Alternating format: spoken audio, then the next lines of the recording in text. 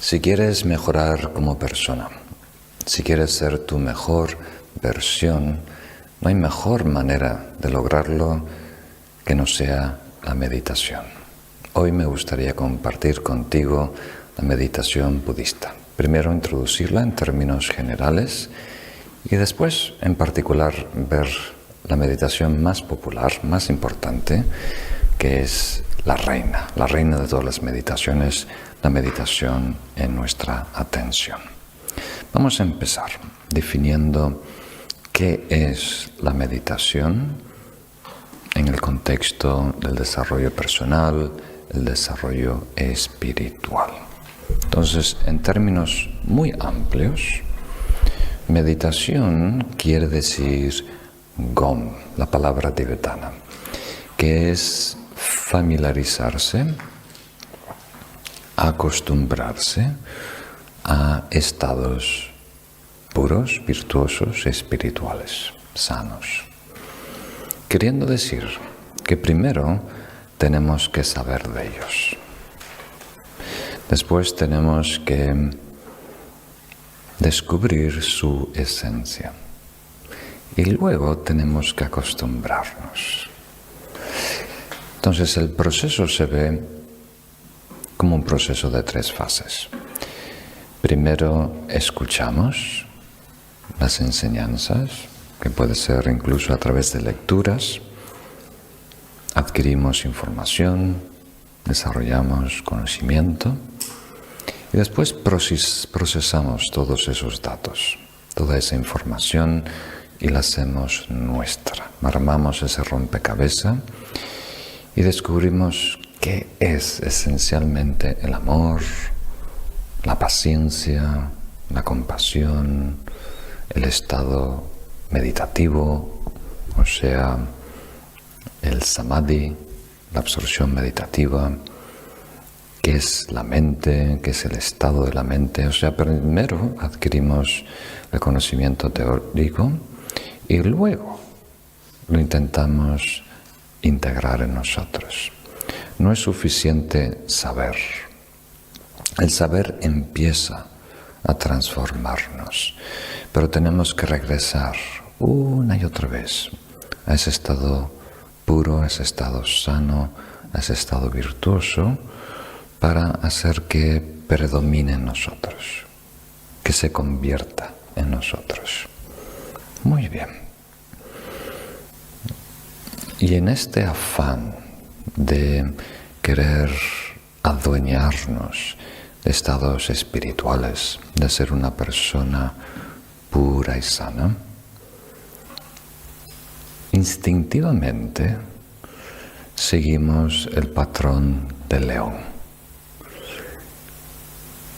Pero curiosamente, los grandes lamas, los grandes yogis, dicen que el patrón más ventajoso es el de la vaca.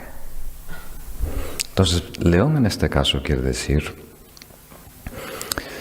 la ambición perezosa, ¿verdad? El típico león que está tirado, descansando, buscando una presa débil para atacar. Entonces, el león quiere correr a máxima velocidad por 30 segundos y atrapar su presa, su premio, y devorarla en 1 minuto. Y después quedar panza arriba, tomando sol por 2 o 3 días. Esa es la actitud, sin darnos cuenta que muchas veces traemos al desarrollo personal, al desarrollo espiritual. Pero los grandes yogis tibetanos dicen, es mejor ser una vaca.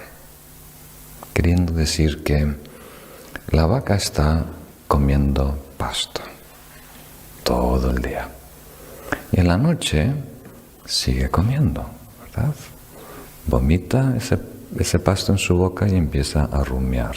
¿Qué quiere decir? El ejemplo de la vaca es nutrición continua. Estamos continuamente nutriéndonos. Poquito, pero continuo. Y a largo plazo la vaca gana. A nivel espiritual tenemos que desarrollar esa paciencia, esa visión a largo plazo. Espiritualidad es nutrición continua. ¿Para qué? Esa virtud, ese amor, esa compasión, esa verdad se establezca en nosotros, nos permee profundamente, ¿verdad? Que quede completamente como parte de nuestra naturaleza. También es útil ver la meditación como familias meditativas. O sea, las prácticas espirituales podemos clasificarlas en 4 grupos o 4 familias. La primera es la gama del altruismo, que empieza de la empatía, amor bondadoso, compasión, intercambio y demás. Después hay la gama atencional, que empieza a enfocar nuestra mente hasta culminar en estados muy profundos de shamatha, en dhyanas o samadhis. Luego está la gama de sabiduría, como estaba explicando hace poquito, empezando con el conocimiento, pasando a la comprensión y finalmente a una experiencia intuitiva, directa, no dual con esa verdad. Y también tenemos una 4ª categoría en donde podemos incluir el resto de las prácticas que son estados virtuosos en general, en donde estamos tratando de mejorar nuestra conducta, nuestra paciencia, nuestra voluntad, nuestra generosidad. Por supuesto, el desarrollo espiritual no es tan lineal, ¿verdad? Pero este esquema conceptual puede ser útil para tener, a grosos modos, una orientación de cómo clasificar los yogas, los medios habilidosos, las diferentes prácticas meditativas. En la lección de hoy nos vamos a enfocar en la familia atencional, ¿verdad? Hoy vamos a hablar de el 8º paso del camino octuple, que es la concentración correcta o el samadhi correcto, o en términos muy generales, la meditación correcta. Entonces, si os parece, vamos a empezar definiendo qué es shamatha, qué es absorción meditativa. Vais a verla traducido en muchos libros al castellano como calma mental. Y eso es una traducción muy literal del término tibetano shine, que es habitar en calma, habitar en paz. Y se considera el rey o la reina de las meditaciones, porque independiente al yoga, a la práctica, al método habilidoso, a la meditación que quieres desarrollar, necesitamos tener mente, necesitamos estar presentes, necesitamos tener a nuestra disposición todas las facultades mentales. Entonces, independiente a la práctica que quieres desarrollar, shamatha, calma mental, absorción meditativa, es indispensable. Muy bien. La definición es simple. Es un estado, podemos usar la palabra concentración, aunque a algunas personas les sienta un poco mal, es tener la habilidad de situar tu mente en un sitio, en un tema, en un objeto de enfoque por el tiempo que tú quieras, sin competencia, sin distracción, sin ideas involuntarias que te roban la atención. Entonces, no estamos hablando de un estado sobrenatural. Estamos, desde un punto de vista, tratando de recuperar el estado natural de la mente, que hoy se ve temporalmente, como diríamos, distorsionado, interrumpido por diferentes desequilibrios, ¿verdad? Emocionales, conductuales, afectivos y demás.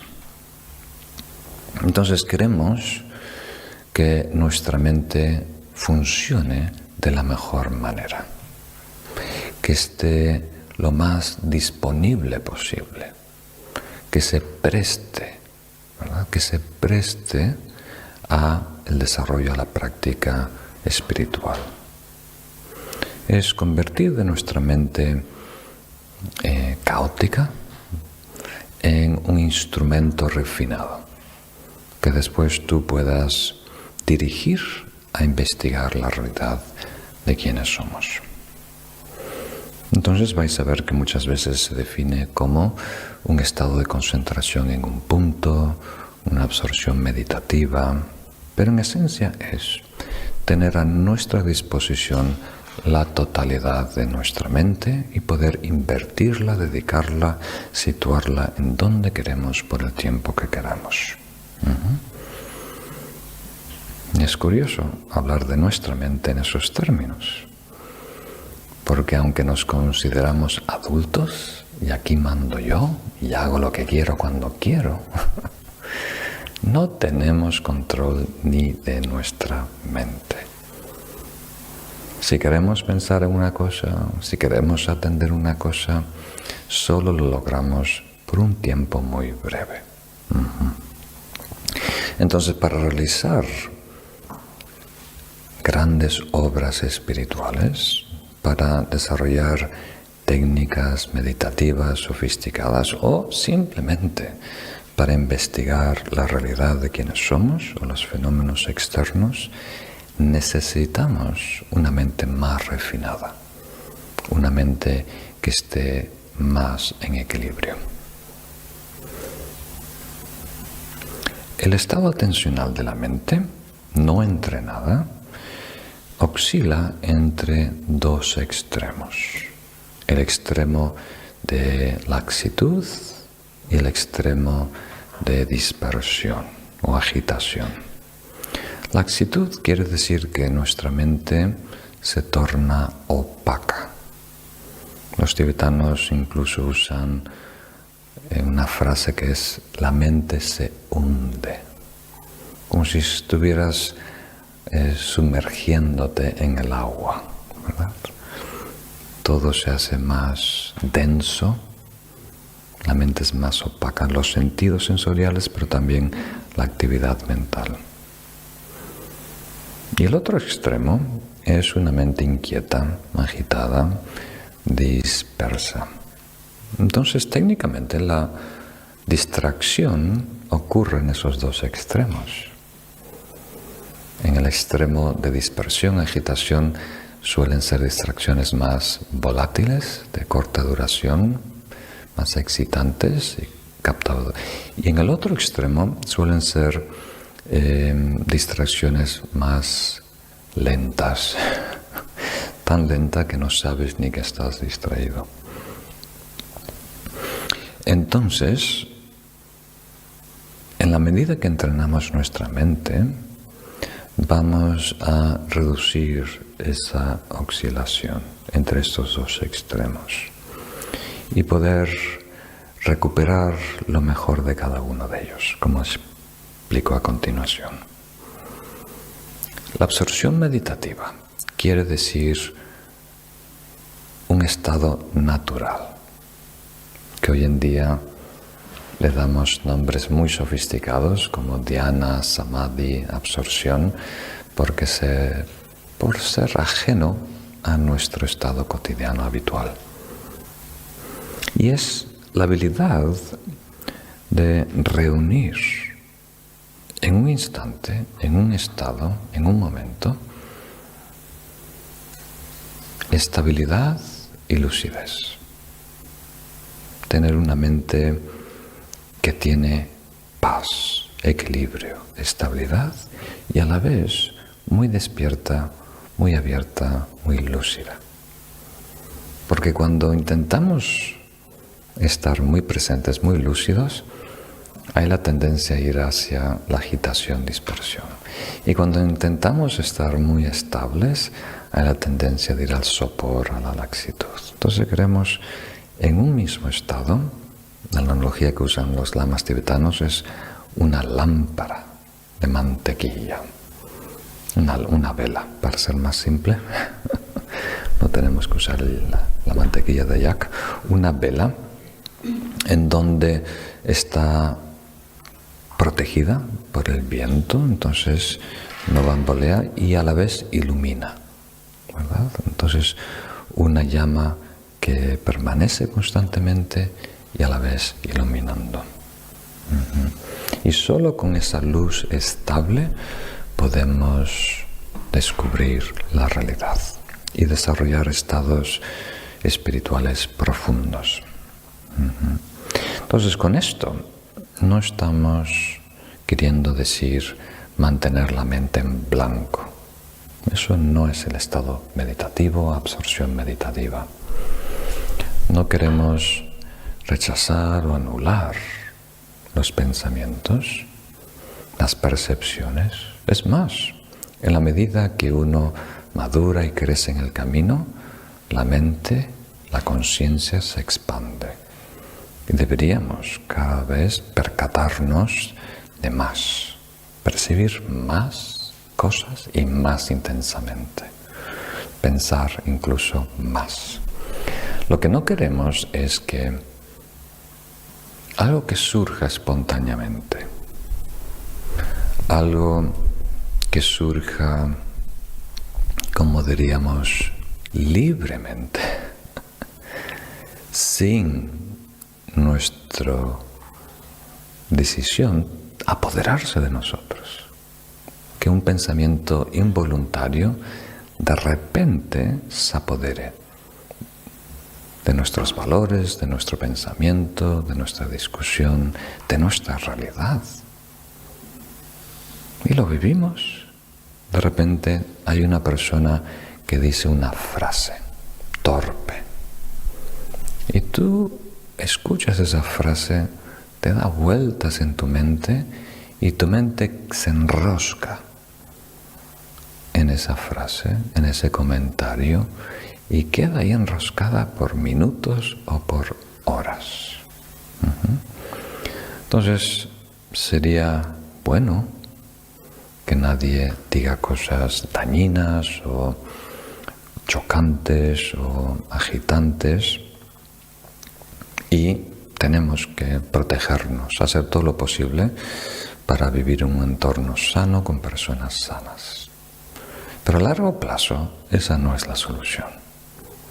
A largo plazo la solución es crecer y madurar por dentro, a tal punto que te puedes exponer a todo sin que te domine, sin que algo que surja involuntariamente se apodere de tu atención, de tu estado de ánimo.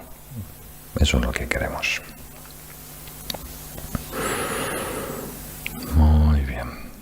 Entonces queremos, poquito a poquito, ir entrenando nuestra mente para estar más presente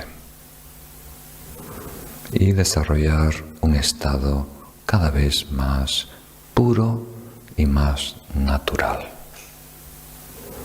O sea, podemos forzar la mente a que esté muy presente. Cuando hay riesgo, peligro, estamos muy presentes. Cuando hay un incentivo muy grande de perder el trabajo o ganar un premio, estamos muy presentes.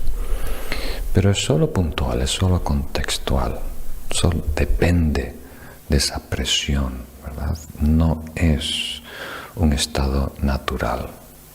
Entonces queremos entrenarnos para que ese sea el estado natural que cada vez, como diríamos, surja, aflorezca en nosotros, independiente de condiciones.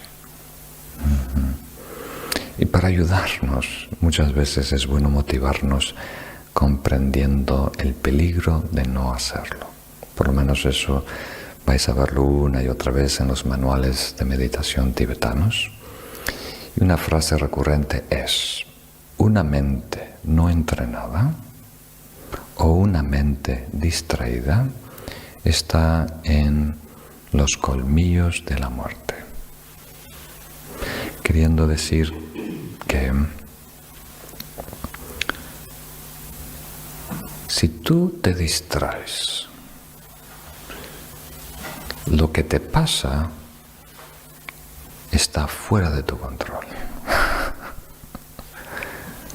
Es casi como si estás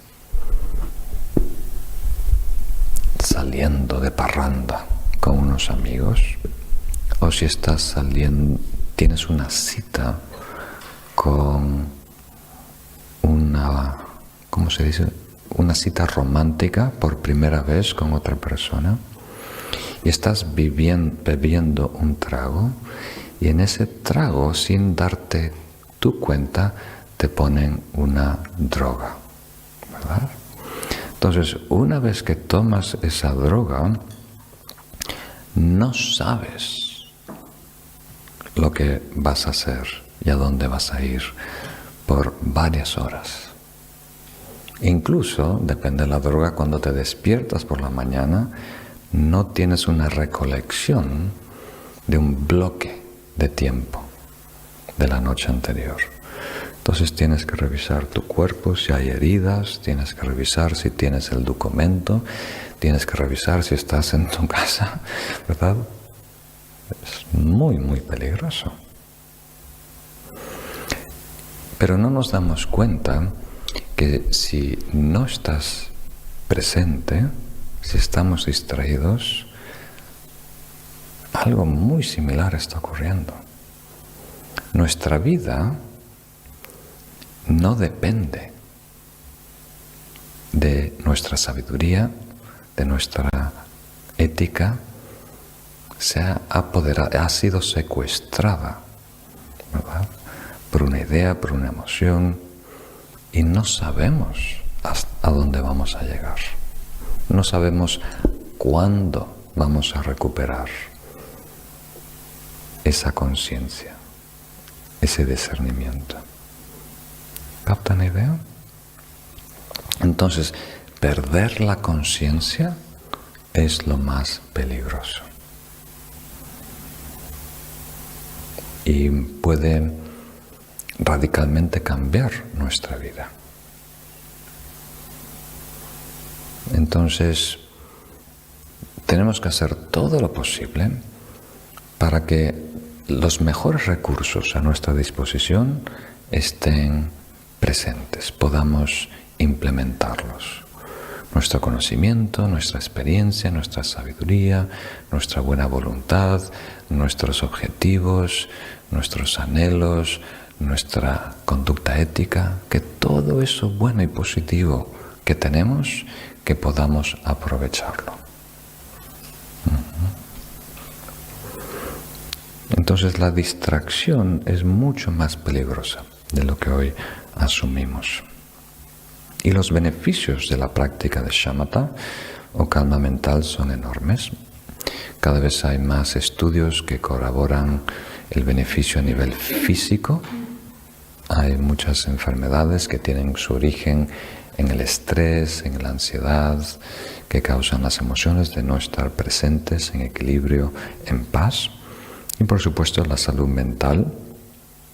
Ahora se está estudiando mucho, como mencioné en la lección anterior, el mindfulness secular, que ayuda a reducir el estrés, la depresión y demás. También, curiosamente, para algunos de ustedes va a ser muy interesante descubrir la creatividad que surge con la práctica meditativa. Es una sorpresa inesperada. La creatividad hoy en día está siendo bloqueada por dos cosas, principalmente.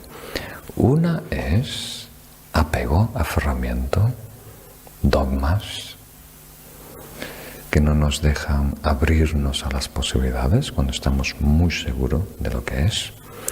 Y la otra es no estar vivo, estar reaccionando impulsivamente, no estar vivo con la fertilidad natural que tiene la mente,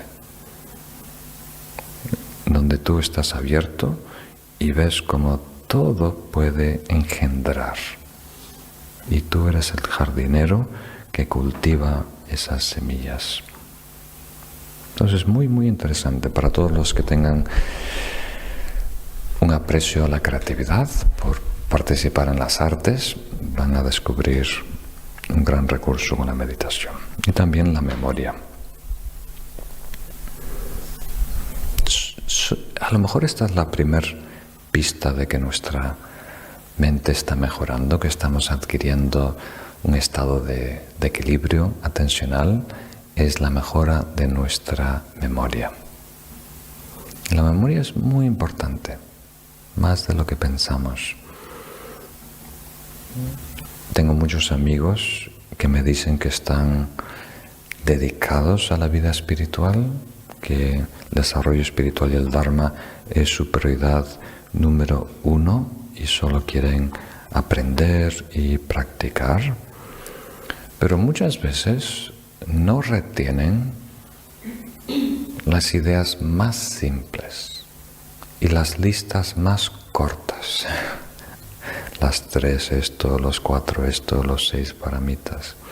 Entonces, si no podemos retener, ¿verdad?, escuchar con claridad y retener las enseñanzas, no vamos a poder profundizar en ellas y luego no vamos a poder trabajarlas, integrarlas, meditarlas. Entonces es muy importante.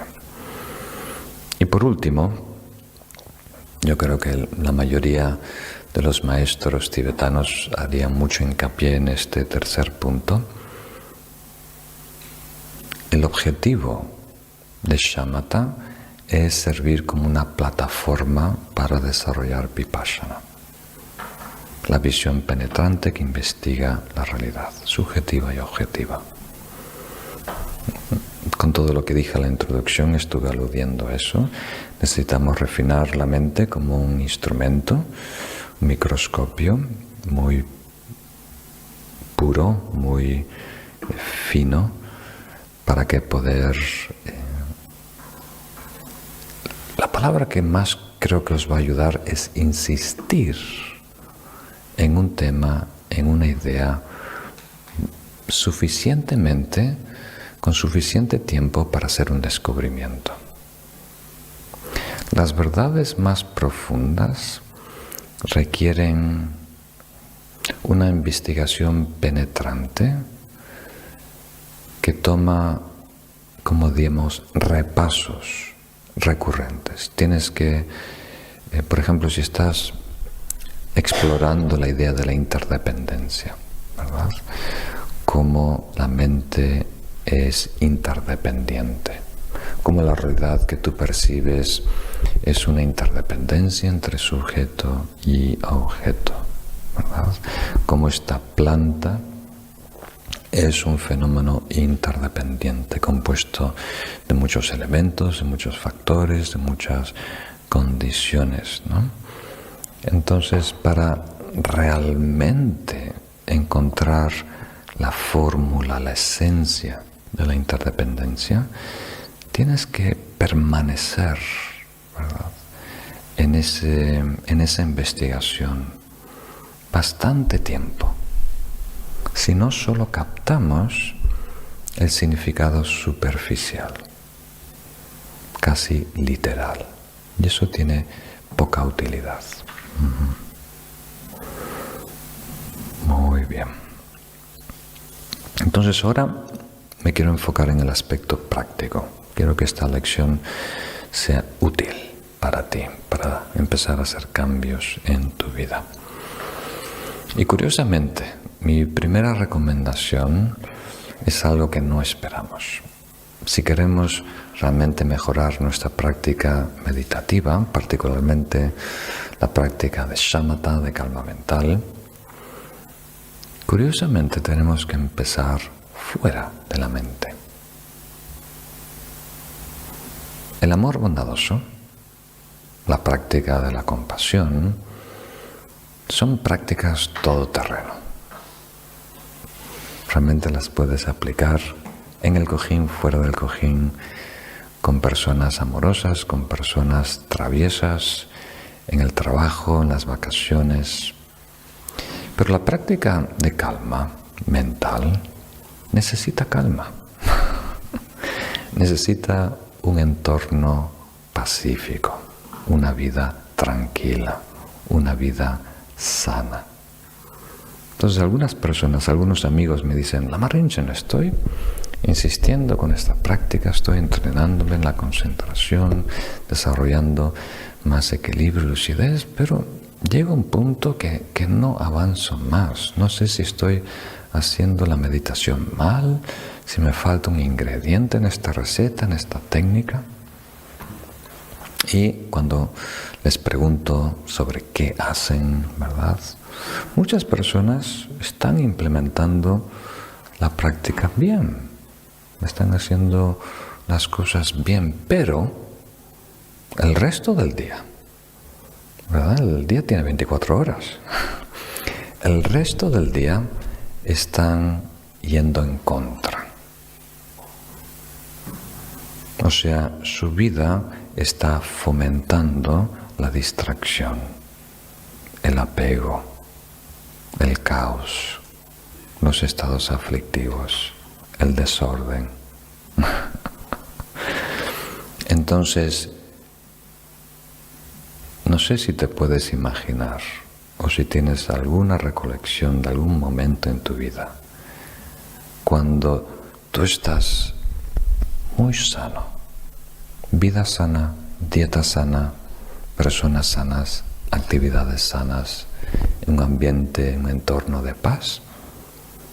Casi ya estás meditando antes de empezar, ¿verdad? Si tienes una conducta muy pura, si cuidas lo que hablas, como hemos visto, estos 7 puntos que hemos visto en este curso, ya casi estás meditando antes de empezar. Ya tienes acceso al estado meditativo. Y si te sientas a desarrollar esa meditación formal, avanzas. No hay resistencia, no hay bloqueos. Entonces, por favor, tenerlo en cuenta. Buscar un ambiente tranquilo, propicio, con hábitos saludables. Soltar apegos, dependencias, expectativas sobre lo que va a ser la meditación y experiencias que puedas tener, una conducta virtuosa, como dijo, y también las personas en tu entorno hoy en día influyen mucho en nosotros, en nuestro estado mental. Entonces, con ese preámbulo de las condiciones externas que pueden favorecer la práctica interna de shamatha, ahora vamos directamente al entrenamiento, a cómo desarrollar shamatha. Primero, verlo como algo que no es exclusivamente práctica formal en el cojín. Debemos hacer todo lo posible para estar atentos y conscientes en nuestra vida diaria. O sea, aprovechar todas las actividades, sea tomar el té. Los japoneses tienen una meditación, un ritual para el té, cuando estamos limpiando el hogar, caminando al perro, haciendo ejercicio, entrenamiento, duchándonos, lavando los dientes, escuchando a otra persona hablar. Todo es una bella y valiosa oportunidad para cultivar nuestra atención y estar cada vez más atentos, más presentes. Y luego, en la sesión meditativa, que a lo mejor es lo que más te interesa. Debemos entrenarnos a mejorar nuestra relación atencional, si queremos definir, con el objeto de enfoque. Queriendo decir, la mejor manera de adquirir estabilidad y lucidez es elegir una cosa, solo una cosa, y depositar toda tu energía, toda tu atención en esa cosa y mejorar la relación que puedes tener con una cosa. Y ahí adquieres la capacidad de relacionarte bien. Mentalmente, a través de tu atención, tener una relación estable con un objeto. Y el objeto puede ser sensorial, puede ser algo que vemos, algo que escuchamos, algo que sentimos a nivel táctil. No se recomiendan los olores o los sabores porque fluctúan demasiado para desarrollar estabilidad meditativa. Entonces, todo lo que podemos ver como una flor, la llama de una vela, todo lo que podemos escuchar como la cascada de un riachuelo, aunque el sonido es un poco más difícil porque también varía mucho. Y después todo lo táctil. Y de todos ellos, el Buda hizo hincapié, dijo, recomienda empezar por la respiración o la percepción táctil de la respiración. Y también en algunos casos recomendó objetos mentales, o sea, cosas que podemos mentalizar o visualizar. De la misma manera que podemos enfocarnos en una flor, podemos ver la flor en nuestra mente y enfocarnos en esa visión, en esa idea o en esa imagen mental de la flor o de una esfera de luz o la imagen de un Buda o en algunas meditaciones tibetanas en un mantra. No solo recitar el mantra, también podemos ver el mantra en letras sánscritas, tibetanas o en nuestro alfabeto. Entonces, a continuación me voy a enfocar en el objeto de enfoque táctil, la respiración, que es el más ventajoso inicialmente. La respiración tiene muchas ventajas. Una de ellas es que se autorregula.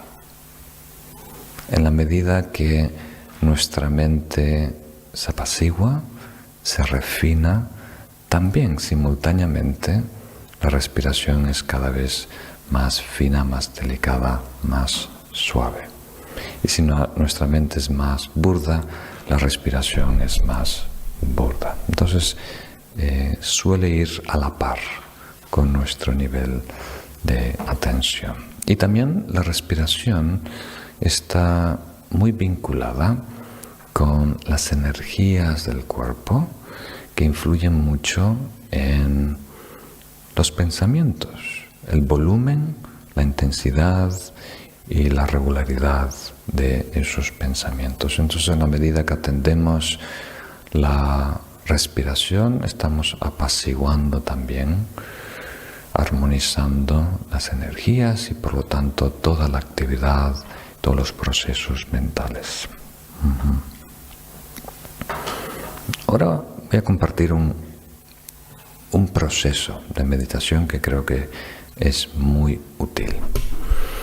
No tanto para principiantes, pero es bueno saberlo desde el principio, para comprender que la meditación en la atención puede atravesar 4 fases, ciclos de 4 fases. Entonces nos entrenamos en desarrollar equilibrio atencional, pasando por ciclos estas 4 fases, y para mejor comunicarlo usamos la analogía de aprender a andar en bicicleta. o una madre enseñando a su hijita a andar en bicicleta. Entonces, primero la madre o el padre le quita las ruedas de entrenamiento, ¿no? Y acompaña a su hijito en la bicicleta. Acompaña quiere decir que agarra firmemente el cojín de la bicicleta para que no se caiga. Porque el niño no sabe andar en bicicleta. Hace un año que está bamboleando con las ruedas, ¿no?, de entrenamiento que se llaman ruedines. Muy bien, ruedines. Entonces esa es la primera fase que vamos a llamar sostener con firmeza. La segunda fase, después de acompañar a tu hijito cogiendo firmemente el cojín, con el tiempo va ganando seguridad, costumbre, experiencia en la bicicleta y aprende de forma intuitiva cómo compensar, ¿no? Cuando se inclina la bicicleta a la izquierda, su cuerpo naturalmente compensa inclinándose a la derecha y viceversa. Entonces, cuando la madre no siente tirones bruscos, ¿verdad?, cuando ella no está cargando el peso, ¿verdad?, no siente tirones bruscos, entonces suelta el cojín y el niño empieza a andar solo por primera vez. Pero como hay alta probabilidad de que se caiga, no persigue, ¿verdad? Está caminando rápido detrás del niño con las manos alrededor de las costillas, ¿verdad?, alrededor del cuerpo, por si se cae. Y con el tiempo, algunas veces lo tiene que, ¿verdad?, agarrar antes de que toque el suelo, pero con el tiempo el niño va adquiriendo más y más equilibrio hasta que la madre, el padre se atreve a dejarlo completamente solo. Lo deja ir, ¿verdad?, en perfecto equilibrio. Ahora, tarde o temprano se va a caer, se va a dar un trompazo. Y la madre tiene que recoger al niño, sacudirle el polvo, darle un poco de ánimo, no pasa nada, y ponerlo una vez más en el cojín. Y, aunque sea muy breve esta vez, tiene que agarrar el cojín firmemente, luego soltar, aunque sea breve un poquito, hasta que logre estabilidad, y después, una vez más, dejarlo andar solo. Entonces nosotros tenemos que tener... ¿Cuál es la mejor palabra? Creo que la palabra mejor, la más descriptiva, es disciplina. Pero creo que no les gusta mucho, ¿no?, por las muecas que estoy viendo. Tenemos que tener la paciencia con el proceso y querernos bien, acompañarnos en este proceso de aprender a desarrollar equilibrio. Entonces, inicialmente, tenemos que sostener con mucha firmeza, con mucha energía, con mucha fuerza, el objeto meditativo. Tienes que encontrar el objeto. Aquí esa fase no está dicha, porque estamos hablando de relación. Entonces el preámbulo es: encuentra el objeto. Encuentra esa sensación táctil de la respiración, que puede ser respirar en tu cuerpo, puede ser la respiración en tu abdomen, la sensación de diafragma extendiéndose, retrayéndose, o puede ser, como recomendó el Buda muchas veces, la respiración justo fuera de la nariz, justo fuera de los orificios nasales, en la punta de la nariz, en el labio superior. Más que buscarla, encontrarla, es dejar que venga hacia ti.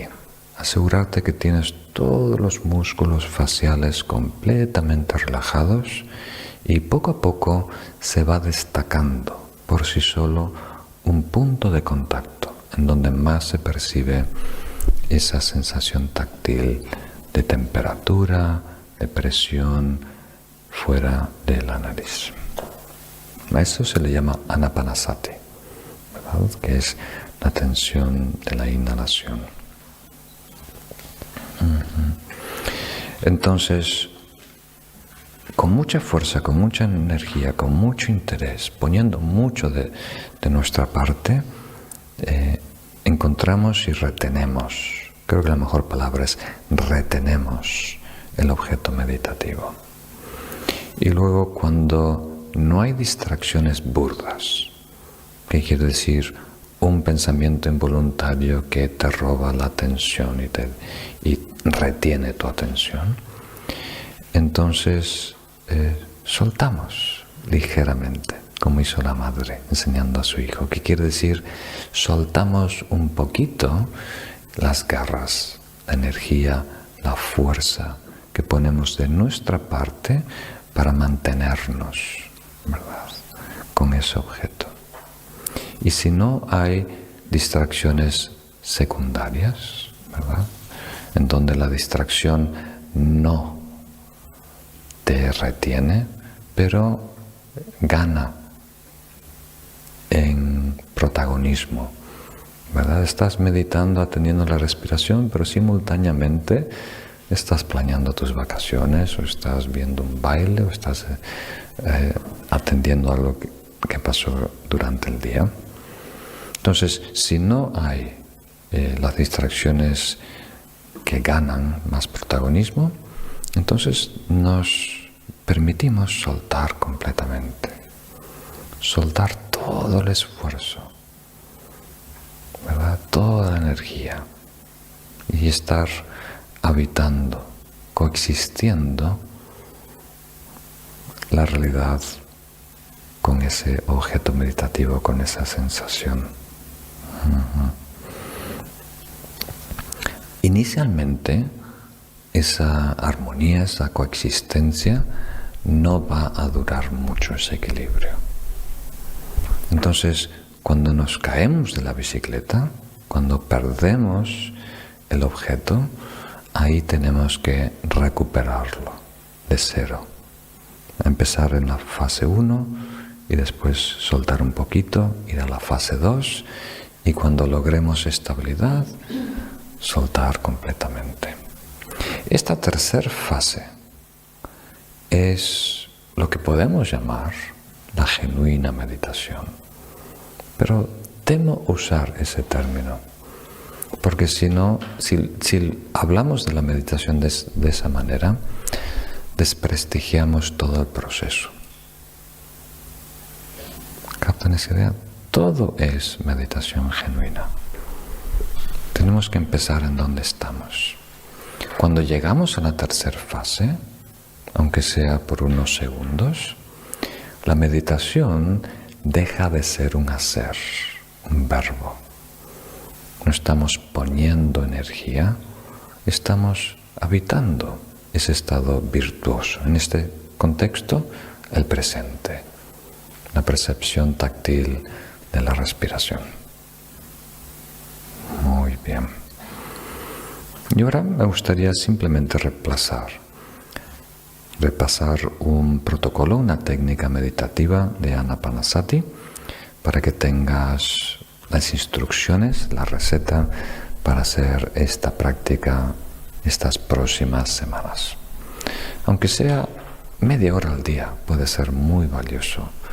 Creo que si invertimos un par de semanas, media hora al día, vamos a encontrar beneficio, vamos a descubrir experiencialmente el potencial de la meditación y a la vez el potencial que tiene nuestra mente de crecer, madurar y demás. Entonces he dividido esta receta en 4 partes. Primero es la preparación, segundo la práctica principal, tercero es la conclusión y la cuarta es posesión, quiere decir tu vida diaria. Entonces, como preparación, la mejor preparación es todo lo que mencioné antes. Tu vida tiene que estar en orden. Tienes que tener disciplina, armonía, buena dieta, haber dormido bien los últimos 3 días, ¿verdad? Todo eso influye enormemente. No estar en guerra con ninguna persona o ningún país, eso todo es absolutamente necesario. En ese momento, en esa meditación formal, empezamos adoptando una postura meditativa. Y la mejor es con el cuerpo erguido, particularmente la espina dorsal. Si tienes algún problema de salud, si has tenido algún accidente o tienes problema lumbar, entonces te puedes recostar. Lo más importante es estar completamente cómodos, ¿verdad? Pero si no tienes problema de salud, es mejor no estar recostado o horizontal, porque va a ser más difícil no caer en el extremo de laxitud del sopor. Si no te das cuenta, vas a empezar a roncar.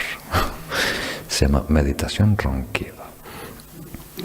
Entonces, adoptamos una postura donde estamos muy cómodos, pero a la vez erguidos. Y si puedes, va a ser conveniente que la cabeza baje ligeramente. Pequeño, no sé si son 5 o 10 ángulos, ¿verdad? Grados. Y eso va a ayudar a alinear la espina dorsal, ¿verdad?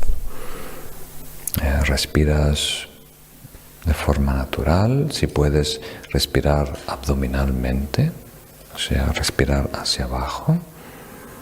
Y los brazos cómodos, pueden estar las palmas en tus rodillas, o si no, la postura meditativa de Amitabha, así con la mano derecha encima de la izquierda, con los pulgares suavemente tocándose, descansando en tu regazo. Las piernas pueden estar cruzadas si es cómodo para ti, en semiloto o loto, depende de tu flexibilidad, o si no, simplemente apoyadas en el suelo. Si estás en una silla, en un sofá, pueden estar apoyadas. Mejor que no cuelguen, que si no llegan tus pies al suelo, poner un cojín o algo para que estén bien descansados. Y luego inviertes un tiempo, y cada día puede ser un poco diferente. Inviertes un tiempo en relajar tu cuerpo, soltar toda la tensión, todo el estrés, toda la rigidez, ¿verdad?, muscular que retienes en el cuerpo. Si puedes hacer yoga, hatha yoga, o una práctica como qigong, mejor, pero por lo menos respiración abdominal profunda, inhalando, exhalando por la nariz, lento y profundo. Todos los días, aquí desde Paramita, hacemos meditaciones guiadas en vivo a las 7:30, pero tienes un abanico de meditaciones guiadas que puedes aprovechar en nuestro canal de YouTube.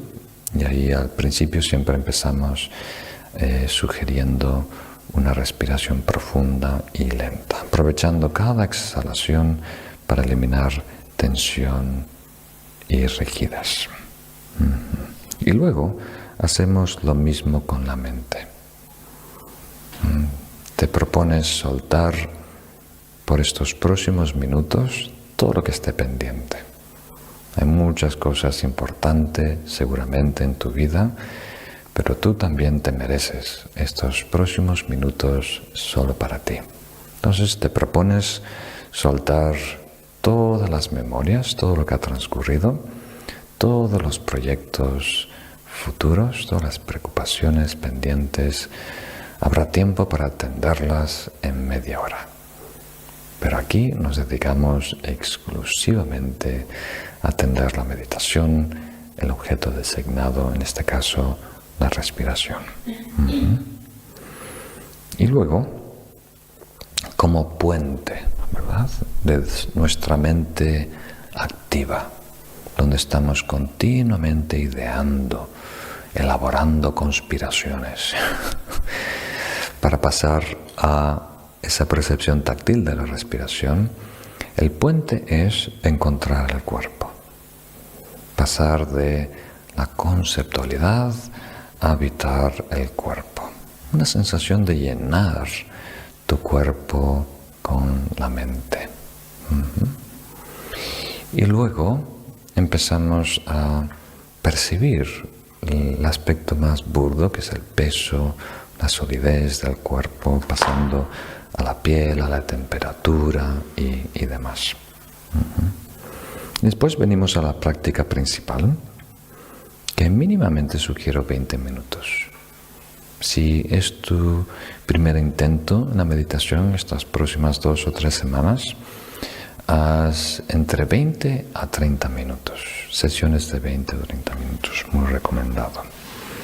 Entonces empezamos enfocándonos en el ritmo de la respiración. Estamos a propósito respirando profundo y lento. Ahora dejamos que el cuerpo respire solo. Y nos sentimos contentos y satisfechos con simplemente presenciar la respiración. La respiración dentro del cuerpo. Sentir el flujo del aire, los movimientos con cada respiración.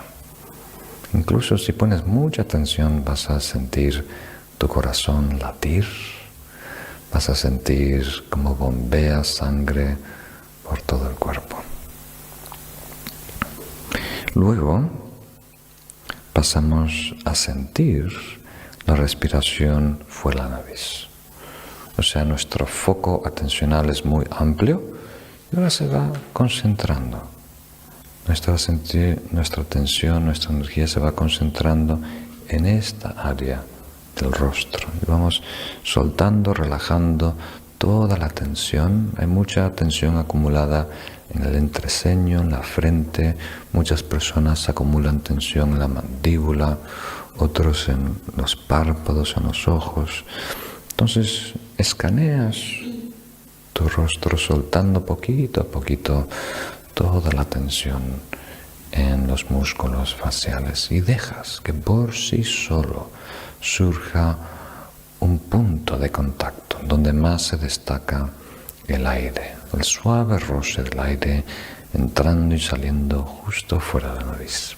Puede ser, para algunas personas es el labio superior, esta zona, para otros es esta parte de la nariz. No es dentro, la orilla del orificio nasal o esta parte de la nariz o por aquí. Y luego, de una forma muy delicada, atiendes, enfocas toda tu energía, toda tu atención en ese punto en particular. ¿Verdad? La primera fase, con energía, con interés, con garras, ¿verdad? Quieres no perderlo, quieres retener esa suave y delicado percepción táctil. Y simultáneamente van a pasar cosas. En el fondo van a haber bailarines, en el fondo van a haber cometas, en el fondo va a haber piruetas, pero tú te mantienes, ¿verdad? Ahí fijo en esa sensación, sin ansia, sin una exigencia severa. O sea, cuando decimos fuerza, energía, no quiere decir estrés. Hay que distinguir eso. Es una presión a gusto, una presión natural, una presión ansiosa, demandante. Entonces, para ayudarnos a anclar nuestra atención ahí, para ayudarnos a realmente atravesar esta primera etapa de las 3 etapas, contamos. Una de las técnicas habilidosas del Buda es contar en silencio cada inhalación. O sea, puede ser inhalación y exhalación. Hay tradiciones budistas que hacen cualquiera de las dos. No hay magia para esto. Entonces, una de las maneras es, al concluir cada inhalación natural, no profunda, dejando que el cuerpo respire naturalmente, tienes una nota mental. 1, 2, 3. Y puedes hacerlo por ciclos de 10 inhalaciones o 21 inhalación. Y tomas una breve pausa. Entre cada ciclo tomas unos segundos para recuperar la vitalidad, para recuperar la energía, la frescura. Y retornas una vez más al conteo. ¿Y por cuántas veces tienes? ¿Cuántos ciclos? ¿Verdad? Deberías preguntar cuántos días, cuántas semanas.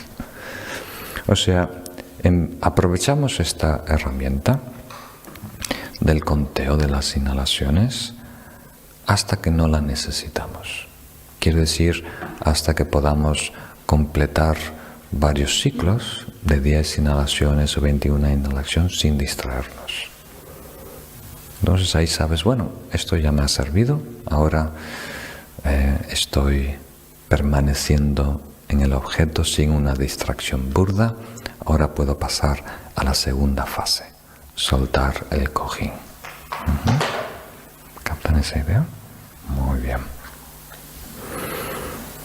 Y luego repites ese ciclo por el tiempo que te has puesto. Yo recomiendo usar una alarma al principio, un reloj para saber cuándo hay que acabar, para que no sea un juego del ego, me gusta, no me gusta, quiero más, quiero menos. Es un entrenamiento, como ir al gimnasio, estás ejercitando tu mente. Entonces te haces un plan, tienes una estrategia, te organizas, reservas ese tiempo para ti y lo inviertes en él. Entonces al cabo de 20 minutos suena la alarma y sabes que es el tiempo de concluir. Y concluimos como empezamos, con 3 respiraciones profundas, inhalando, exhalando por la nariz. Y luego vale la pena tomar unos segundos, un minuto, desarrollar un compromiso con tu mente, compromiso con atender el presente, hacer todo lo posible para que lo que has logrado en esa sesión meditativa se extienda en tu vida diaria, ¿verdad?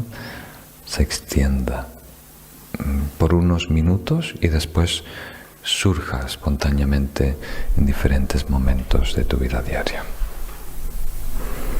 Muy bien. Y en la parte post-sesión, hacer todo lo posible para estar conscientes y presentes en todo lo que hacemos. Esto es algo que tenemos que aprender. No es lo que estamos acostumbrados. Estamos acostumbrados a estar de paso, ser turistas en nuestra propia vida. Turistas, uso esa analogía porque es la sensación de que sales del hotel, te montas al autobús y no sabes a dónde te van a llevar. Te sientas en un asiento y a ver qué nos muestran hoy, ¿verdad? Y estás viendo por la ventana, escuchando el guía turístico de este castillo fue construido tal, y ahora este lago, ta. Pero estás de paseo, estás consumiendo experiencias, esperando entretenimiento, ¿verdad? Entonces tenemos que tener la sensación que somos el conductor, que tenemos a nuestras manos el volante, el timón de nuestro barco. Si somos un capitán, estamos dirigiendo nuestra vida, nuestra mente, enfocándonos en lo que queremos atender, en lo que queremos sentir, en lo que queremos pensar. Y eso es muy valioso, eso es un tesoro. Entonces, encuentra excusas para hacerlo. Al principio a lo mejor te propones, bueno, voy a comer un caramelo con mucho detalle ponerlo en la lengua y saborearlo, ¿verdad? No simplemente masticarlo y tragarlo lo antes posible.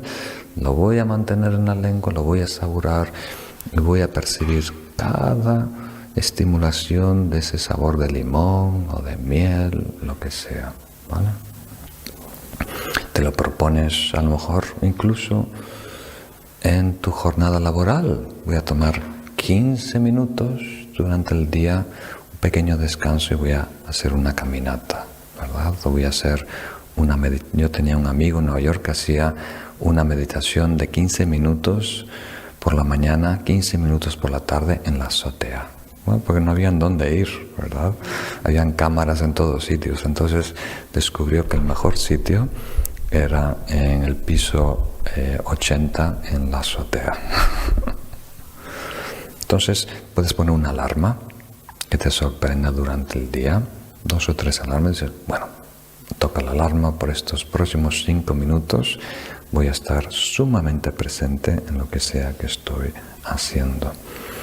Entonces, si tocamos la realidad, si tocamos el presente unas cuantas veces durante el día, cuando regresamos al cojín, no tenemos que empezar de cero a recuperar nuestra mente, a habitar el presente. Ya tenemos algo del trabajo hecho, algo de esa costumbre ya integrada en nosotros.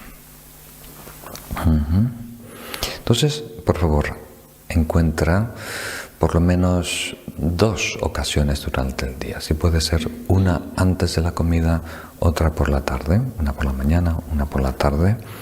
2 actividades que sueles hacer todos los días de forma repetitiva, pero esta vez la vas a hacer de forma consciente. Yo me acuerdo una vez estaba en la India, en Dharamsala, escuchando una enseñanza de venerable Tenzin Palmo, una de las primeras monjas occidentales que aún vive en la India, tiene un convento para monjas. Estaba enseñando y le pidió al público que dé ejemplos, ¿no? Oye, creo que ella dio el ejemplo de lavarse los dientes. Y alguien en el público dijo, pero eso es muy fácil, yo me lavo los dientes. Pero cuando ella le preguntó, ¿y cómo te lavas los dientes? Bueno, yo cuando me lavo los dientes sé que me estoy lavando los dientes y estoy atento de estar lavando. Eso no es atención plena a lavar los dientes. Es un comentarista, ¿verdad?, que está como describiendo el juego de lavarse los dientes. Como el comentarista que está comentando sobre el partido de fútbol, ¿no? Messi, Messi, Messi, Messi, Messi, gol, ¿verdad? Entonces, muchos momentos en nuestra vida no estamos plenamente, vívidamente, directamente vivenciando la realidad. Atraviesa filtros conceptuales y muchas veces toma la forma de un comentarista, alguien que está comentando lo que está pasando, lo que estoy pensando, lo que dijeron los demás. Y en algunos momentos es útil. Los pensamientos no son el problema. Las percepciones no son el problema. El problema es cuando uno de ellos involuntariamente se apodera de nosotros. Entonces, en algunos momentos del día, suelta esta máquina de idear, de conceptos, de elaboraciones, de comentarios, y vive crudamente, desnudamente la realidad sin filtros. Y para la mayoría es útil empezar con el sentido visual, el sentido auditivo o el sentido de las sensaciones. Entonces, si estás barriendo, siente los movimientos de tu cuerpo, siente los talones de tu pie haciendo contacto con el piso, con la tierra, siente los movimientos de la escoba. Está completamente ahí viviendo esa experiencia sin comentarios, sin yendo al pasado, sin proyectándose al futuro. Eso es muy valioso. Es una forma diferente de existir, muy valiosa, muy poderosa, que raramente aprovechamos. Muy bien. Entonces, os animo esta semana a desarrollar esta meditación de Anapanasati, enfocándonos en la respiración justo fuera de la nariz. Y ahora pasamos a alguna pregunta que podáis tener sobre este tema o las otras lecciones previas. Tenemos una pregunta en línea de Emi Geraldo. Querido Lama Rinchen y equipo Paramita, los saludo desde Argentina.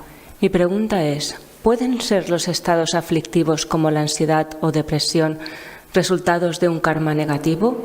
¿O simplemente es al revés? O sea, los estados aflictivos influyen en la toma de malas decisiones y acciones que a su vez éstas terminan generando karma negativo. Saludos y abrazos grandes a todos. Muy bien, muchas gracias. Pues sí, son las dos cosas.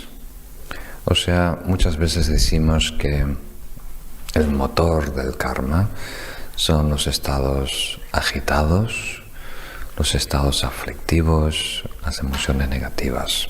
Una vez que se apoderan de nosotros, por ejemplo, el enojo, el enfado, eso nos lleva a hablar de una forma muy brusca, muy dañina, nos lleva a actuar de una forma torpe que puede herir a los demás, incluso agredir a alguien.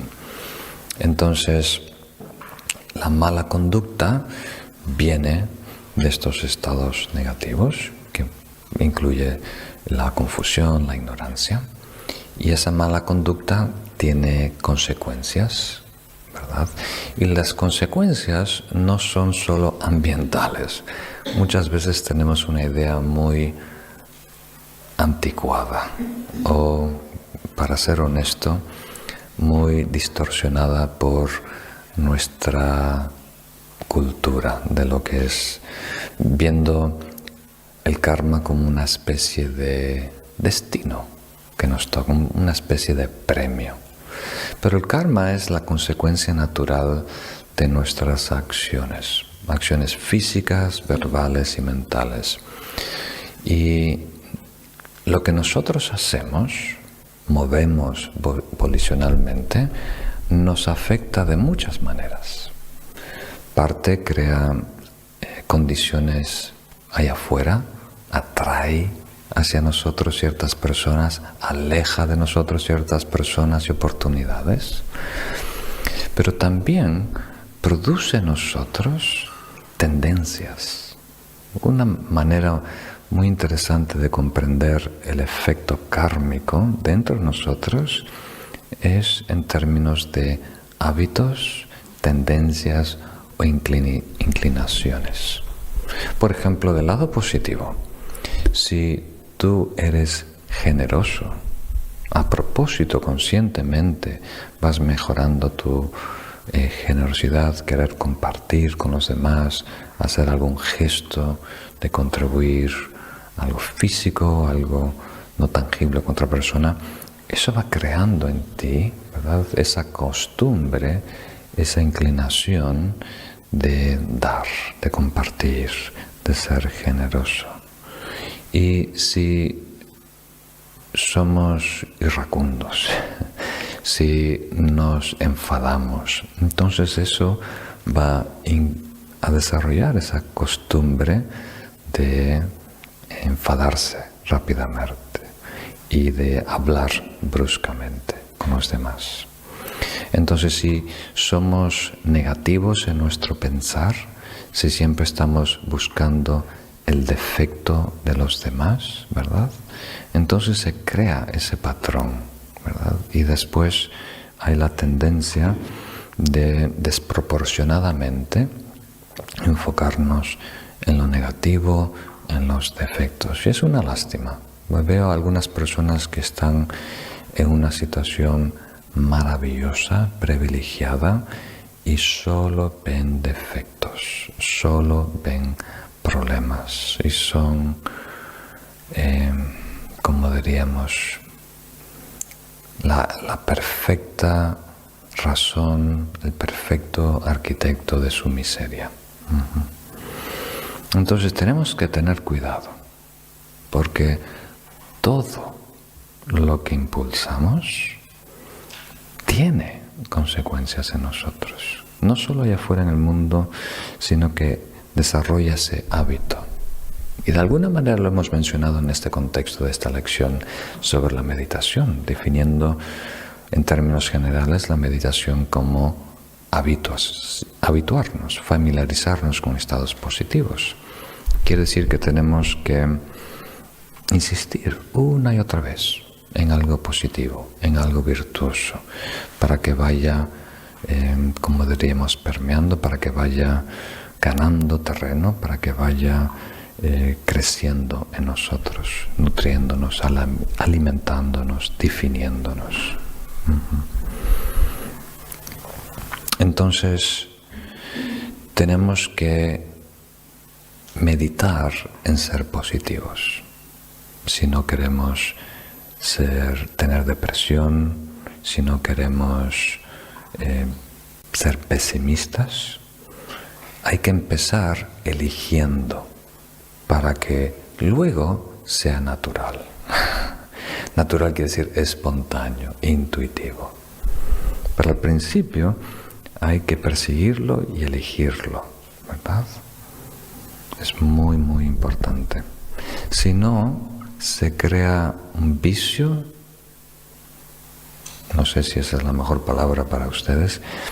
Cuando hay presión, esa presión busca una válvula de escape. Y si hay varias válvulas, sale por una.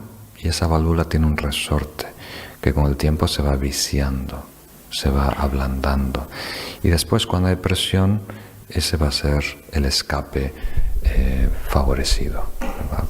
De menos resistencia, porque es el habitual, ¿no? De la misma manera que cuando agua va corriendo por una montaña, la va tallando y se va desarrollando un caudal, y de ahí cada vez el agua va eligiendo, ¿verdad?, esa ruta y va profundizando y tallando la piedra en esa dirección. Muy importante. Entonces, cuando nosotros somos pesimistas y negativos, es a la vez un karma antiguo y un karma nuevo. Entonces, vívelo como una invitación. Alguien ha tocado tu timbre y te está invitando a una fiesta. O alguien toca tu timbre y te está invitando a una meditación. Entonces tú eliges qué invitación atiendes. Entonces, lo malo no es lo que surge en nuestra mente. Lo malo es lo que atendemos y alimentamos. Eso es lo que predomina. Van a haber todo tipo de ocurrencias, todo tipo de sugerencias, invitaciones, todo tipo de percepciones. E incluso cuando más maduras en el camino, más vas a percibir, más vas a ver. Pero en la medida que creces y maduras y percibes y tienes más apertura de conciencia, deberíamos tener más equilibrio y fortaleza interna para elegir qué alimentamos, qué atendemos. Bueno, muy importante. Muy bien. Muchas gracias, Lama, por estas enseñanzas tan valiosas. Mi pregunta es sobre la meditación en Shamatha. A veces, bueno, muy a menudo cuando medito, entonces tengo, como se puede decir, una distracción burda por mucho tiempo. Eso suele desilusionarme. Es decir, me fundo con esto, tengo esa fusión cognitiva, entonces tiene una larga duración y eso me desilusiona, que cuando vuelvo, cuando me doy cuenta de que he tenido esa fusión cognitiva, me siento mal por la duración y entonces suele uno Entiendo. tener ese pesimismo.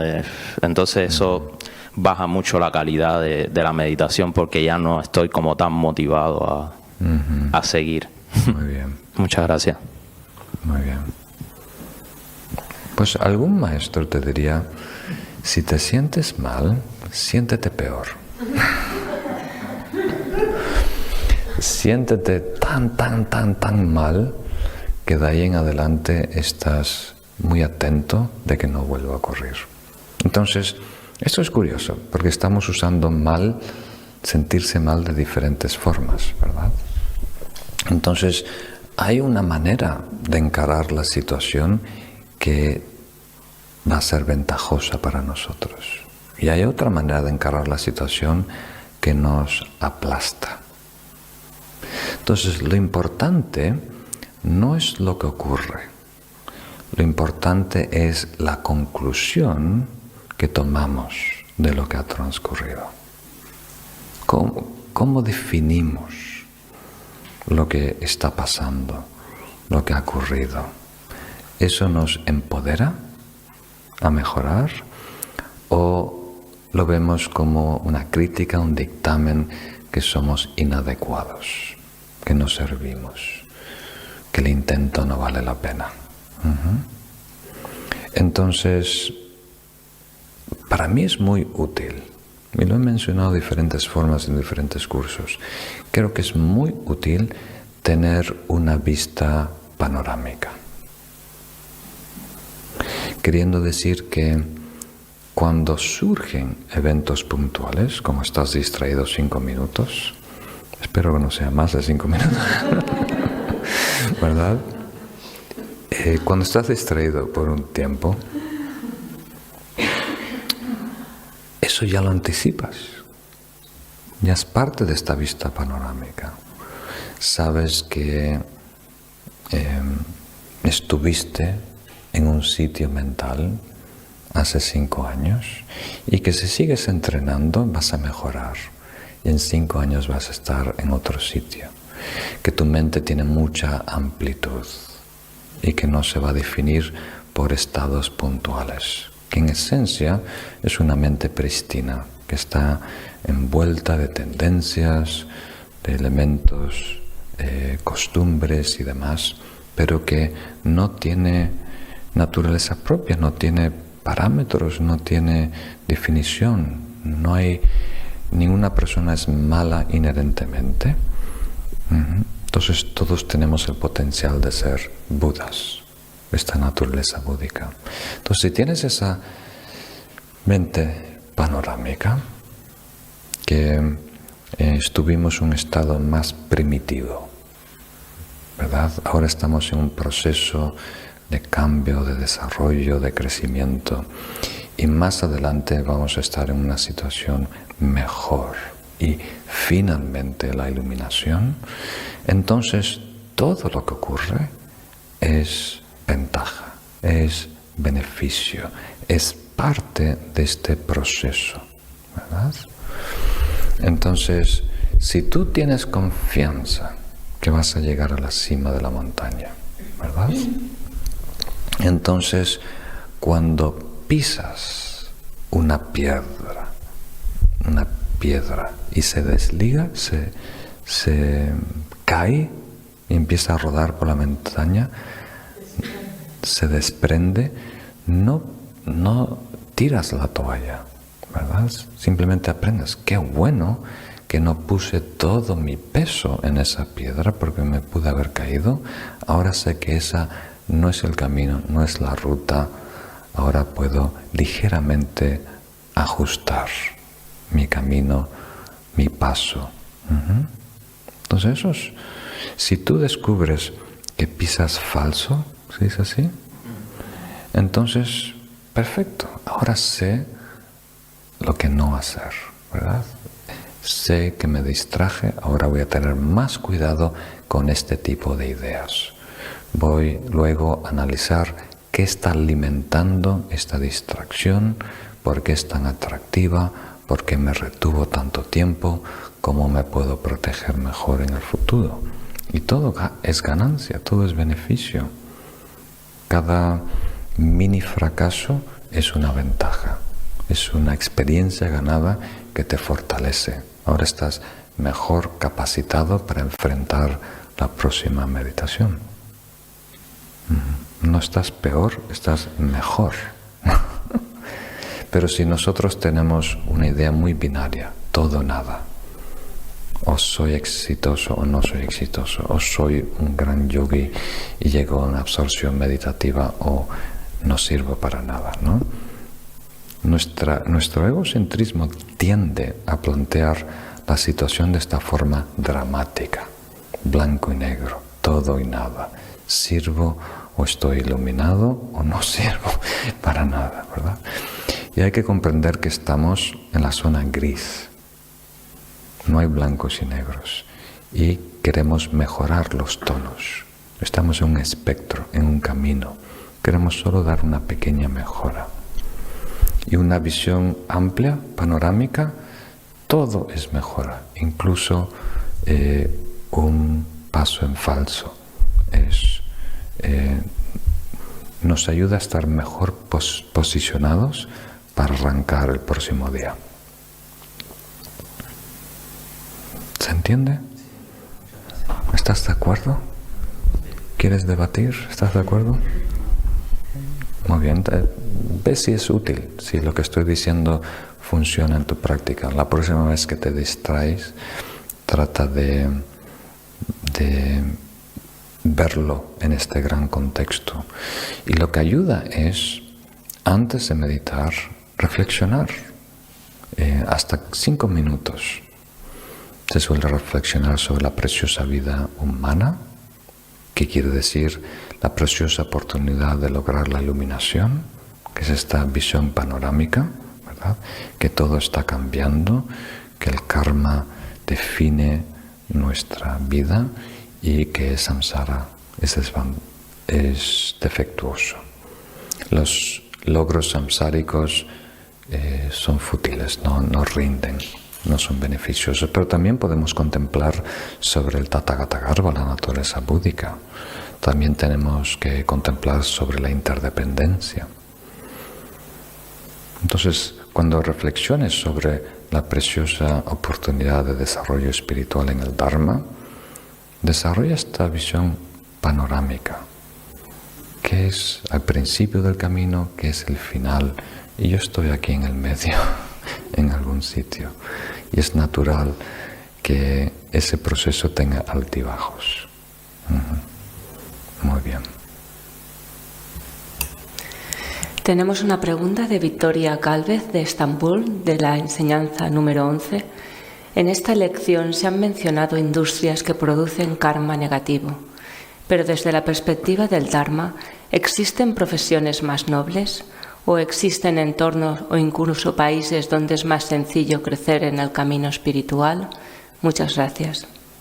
Muy bien. Entonces, esto de carreras o trabajos o industrias, profesiones, no es, como diríamos,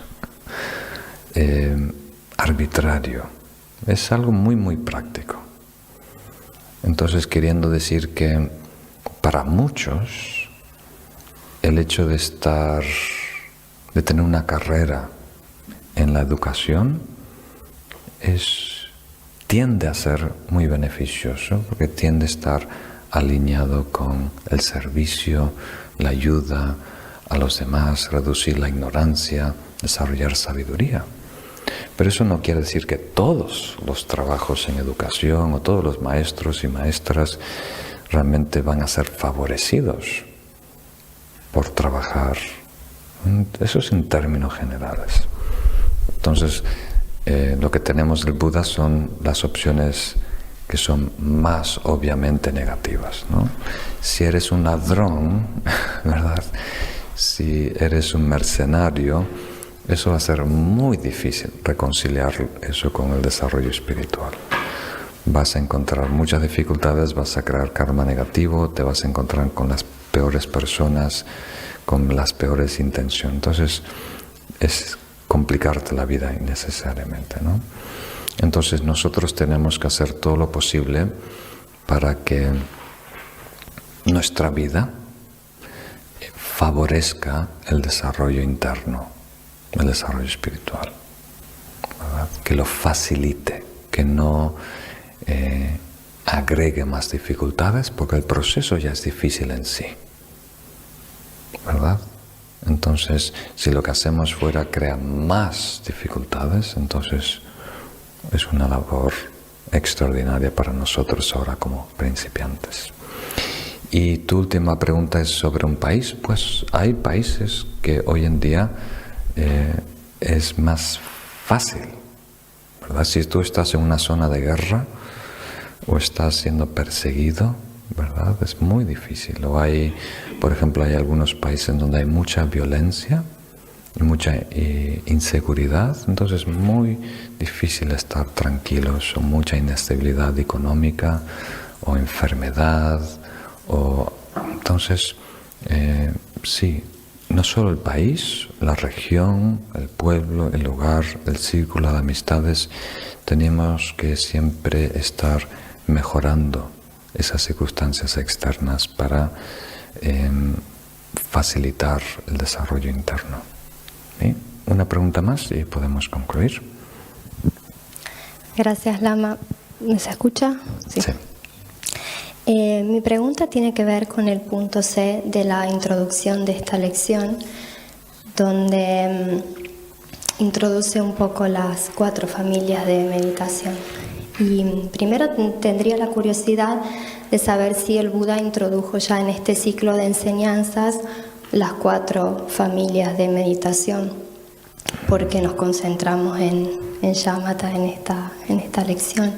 Y sobre las meditaciones contemplativas, si puede darme alguna indicación, porque se suele activar mi mente discursiva cuando contemplo, cuando hago ese tipo de meditaciones. O sea, puedo comprender cómo ejercitar la paciencia, pero meditar sobre la paciencia en el cojín es como que queda una reflexión que en realidad activa más mi mente. Vale. Gracias.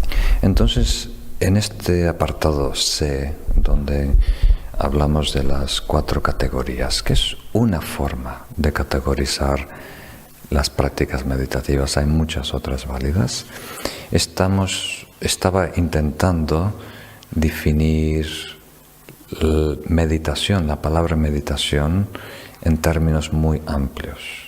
El término gom que se usa en tibetano, que quiere decir básicamente cultivar, familiarizarnos, habituarnos en estados nobles. Normalmente cuando usamos la palabra meditación estamos hablando de técnicas que pertenecen a la familia de shamatha, a la familia de la atención, desarrollar un estado meditativo, desarrollar una absorción meditativa. Entonces, como meditación, como ejercicio, como disciplina espiritual, en este ciclo el Buda habló de 3: ética, conducta,